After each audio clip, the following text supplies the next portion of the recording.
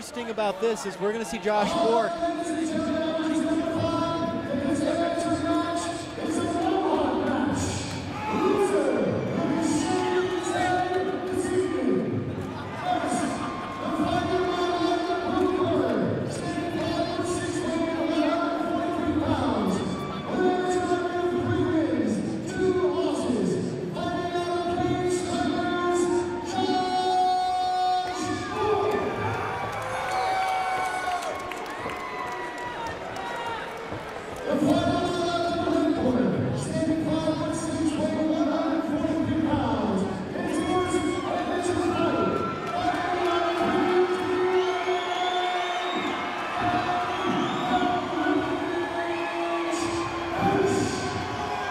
Both of these guys are ready to go. I am excited for this fight.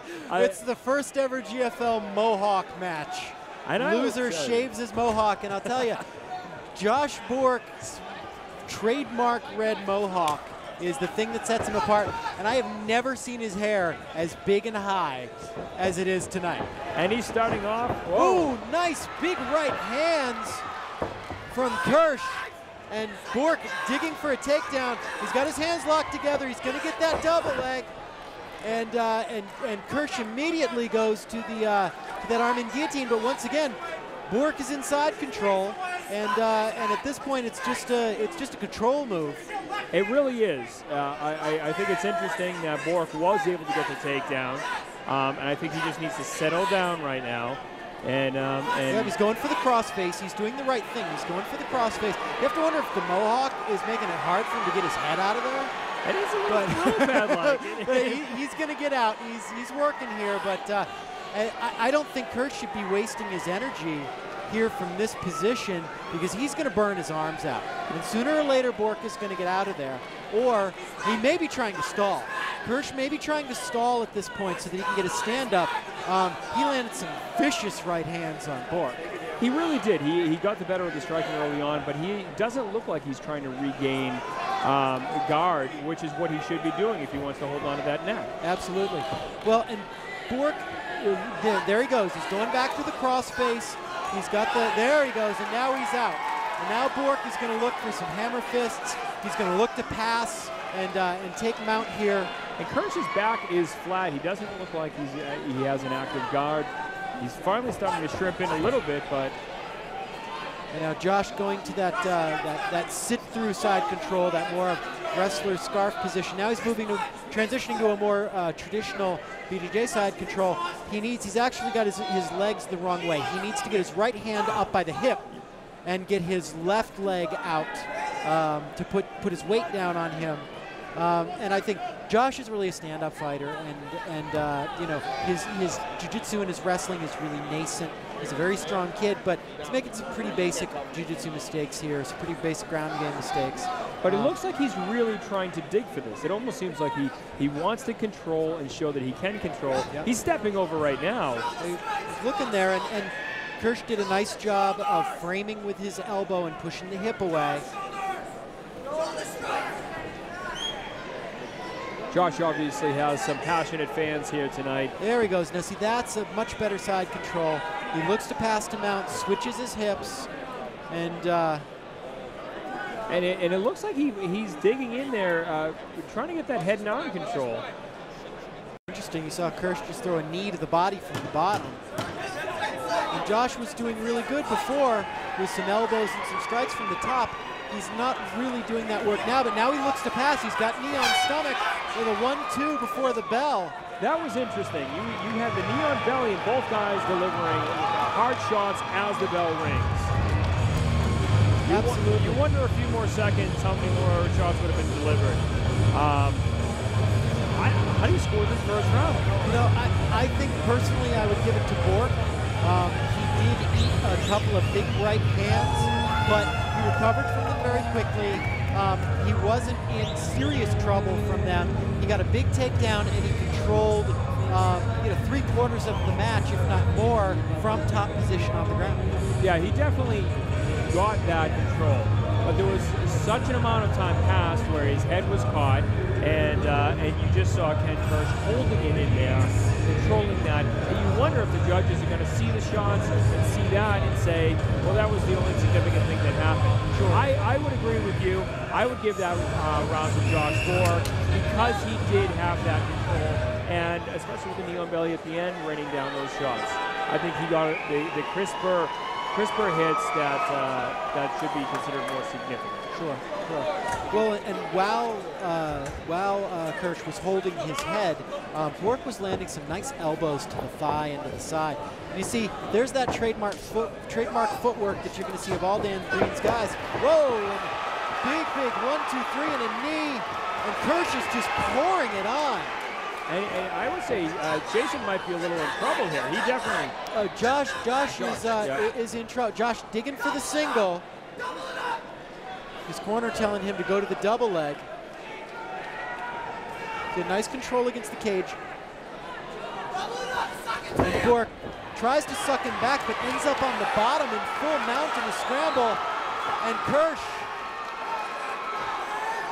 in a great position here. He is in full mount. 1, 2, 3. No, one leg is in. A nice left. Josh scrambling back to half guard. This is a bad position for Josh Bourque. And Josh has really been surviving since eating those early shots.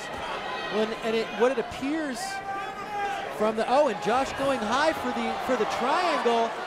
He needs to switch his leg position here, but it looks like he might be transitioning to the arm bar. He has the position, and this is where that inexperience on the ground is going to show again. He's trying for the arm bar, but he's not going to get it from here. He needs to throw the leg over the face. It's a shame to see such a good position not being able to be finished. Bourque on the bottom. Kersch inside control. Kersch with knee on belly, and Josh trying to scramble out of that. Nice job by Josh Bourque getting back to full guard. Yeah, Josh is doing a good job at recovering after some major shots. But he's taken some major shots, and he's made a few mistakes. But he is still in this fight. He's still trying to control this action. A 1-2 by Kersch. Kersch is really landing the hard shots. Yeah, Bourque really needs to work on his ground game and his submissions there. He had a really good chance to finish the fight there. It seems like on the feet, Bourque is getting pressure. Kersch is coming forward with big right hands. He's throwing like big loopy hooks, and Bourque just is getting caught moving backwards and doesn't quite know how to deal with that pressure. Yeah, Josh Bourque is, he's a young kid. He's 19 years old. He's coming in here already having 5 fights. He's not going to get as rattled as you would expect. So he's doing a good job of eating some major shots. And right now they're more in a stalled position, but he's still trying to work his own guard. Absolutely. Absolutely. And Josh Bourque is always going to stay active. He's always going to be working for something, even when he's taking punishment. He's changing levels. He's trying for the takedown. Oh, and Kersch putting on a big flurry here at the end of the second round. Bourque had an opportunity there to sit up and actually try to take his back there. Same way that BJ Penn did with Matt Hughes in their second fight. But just once again, doesn't quite have enough technique on the ground there to actually execute. You can see he sees the openings, but he doesn't quite have the technique to pull it off. Right, and I think in this particular case, he had just eaten a lot of shots, and he just didn't have it left. He knew the round was coming to an end, and he didn't have enough time left to figure out how to get there. So I'm going to call this going into the third round one apiece. I think Josh edges him out the first round, but I'm going to have to say that obviously we have Ken Kersch dominating the second round. Sure. This could be a third round fight. I think I agree. First round Bourque, second round Kersch. It's really going to come down to this third round. And we see Dan Green in there talking to Josh Bourque. We're going to see if Josh Bourque is going to be able to make the adjustments in his movement, in his handwork, to deal with the aggression and the pressure that Kersch is putting on the feet that gets him into that trouble. Now it looks like there's a little bit of a glove issue. Yep, it's just a tape issue. They have the athletic tape. The commissioner is in the cage, taping up the glove. It's just a slight delay. We'll have this have it taken care of and have the fight underway in just a second. Good call by ref Kevin McDonald there. One of the best in the game. He is. Now, Kevin McDonald finally reffing at every level for every organization out there. Home where he should be here in the GFL. Round 3 is finally underway. We see nice straight left by Bourque. Good movement. Bourque needs to be careful. He's circling to that power hand again. Oh! Nice left by Bourque, and a left and a right. And now Bourque looks like he's digging for the double, although his left hand is more of in a bridge position there. There we go. He's got his hands connected, and Bourque is going to pick him up and slam him. Nice job by Kersch using the gut wrench to stuff the takedown. And we'll tell you, Bourque should remain on his feet here after that massive hook that he just landed. Nice knee to the inside thigh. It looked like it was actually right on the knee by Bourque. Now Bourque with the single, and the question is, can he finish this? He's trying to drive through. They end up back in the center of the ring. I don't think he's going to finish this here. Nice knee to the body by Kersch. And Bourque it looks like he's not going to give up that single. You know, he's tenacious. Now he's got the double. He's got the hands hooked. There's the slam. Nice. And Josh Bourque is in Kevin Kersch's guard, but he looks like he's ready to open up. Well, and Kersch is not really doing much to break Bourque's posture down. Here's where Bourque needs to posture up and use his ground and pound. He has a wide open guard to work with right now. Bourque not really looking to pass. There he goes. Now, okay, Bourque's got one knee up. He's landed some right hands. You can hear his teammates. Yeah, the rally cries are starting. Yep. Got Chris Facette behind us here, former GFL fighter. Really rooting for Josh Bourque, and Bourque doing a good job of controlling from the top. But once again, he's not taking advantage of the opportunities. Well, and there we go. And now we have Kersch going. It looks like he's going to try to turn for a knee bar here, but I don't think Bourque is going to give that to him. No, Bourque is doing a good job. Oh, nice right and left by Bourque. Big right hand from standing position. And Bourque is doing a good job of maintaining his position now.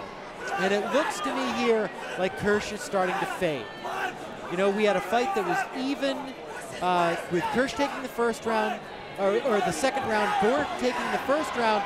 This third round really is going to decide the winner, and it looks like Josh knew that and really came out. He's pouring it on. Kersch is starting to wilt under the pressure. Bourque is really, what he's doing though is here comes a triangle. Josh Bourque has to be really careful here. And Kersch is looking to lock that up. He's hooking the leg. And he lost it. Oh, and here comes the scramble. It looks like Josh has to be very careful here, or Kersch is going to end up on top. But it's a little too late.